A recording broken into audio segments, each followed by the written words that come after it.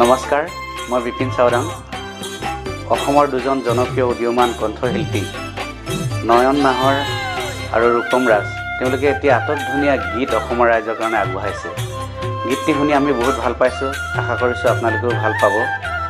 আৰু তেওঁলোকে এই গীতটি অহা 21 নৱেম্বৰৰ দিনা অসমৰ ৰাইজৰ কাৰণে আগবঢ়াই দিব।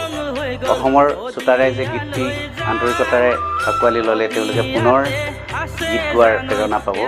আশা কৰিছোঁ আপোনালোক সকলোৱে গীতটি শুনিব আৰু আঁকোৱালি ল'ব।